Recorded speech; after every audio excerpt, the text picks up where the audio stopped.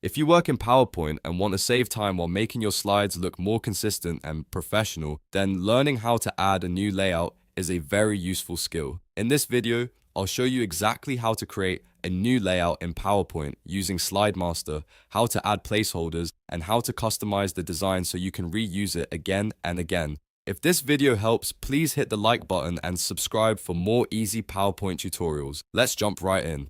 To begin, open your PowerPoint presentation and go to the View tab at the top of the screen. From there, click on Slide Master. This will take you into the Master Editing view, where you can create and control the overall structure of your presentation templates and layouts. Slide Master is a powerful feature because it lets you build consistent formatting across multiple slides without having to redesign every slide manually. Once you are inside Slide Master, look for the option that says Insert Layout. Click it to create a brand new layout inside the master set. This new layout will appear in the left-hand panel, and you can use it as a custom structure for any slide in your presentation. If you've ever wanted a specific slide style for a title slide, content slide, image slide, or comparison slide, this is exactly where you build it.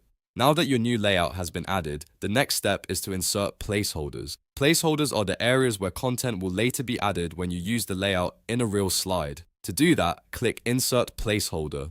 You'll see several options depending on what type of content you want the slide to hold. For example, you can choose title if you want a title box, content if you want a standard text or media area, picture if you want an image placeholder, and other types depending on your PowerPoint version. Choosing the right placeholders is important because it determines how your slide will function later.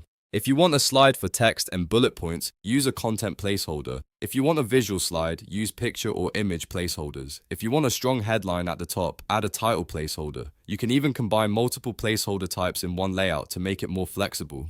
After adding the placeholders, it's time to design the layout itself. This is where you can make the slide look the way you want it to appear in your presentation.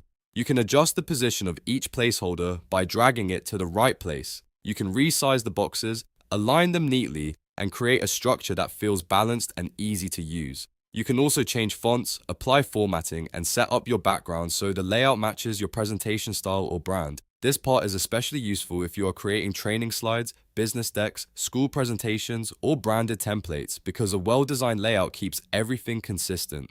Instead of rebuilding the same slide structure over and over, you can simply apply your new layout whenever you need it. Take a moment to review the spacing and alignment so everything looks clean and professional. If your layout includes a title, make sure it has enough room to stand out. If it includes a content box, make sure there is enough space for text or images without looking crowded. Small design adjustments here can make a big difference in the final result. When you're happy with the layout, the last step is to click Close Master View. This takes you out of Slide Master and returns you to the normal PowerPoint editing view. Your new layout is now ready to use, and you can apply it to any slide in your presentation. And that's it. You've successfully added a new layout in PowerPoint.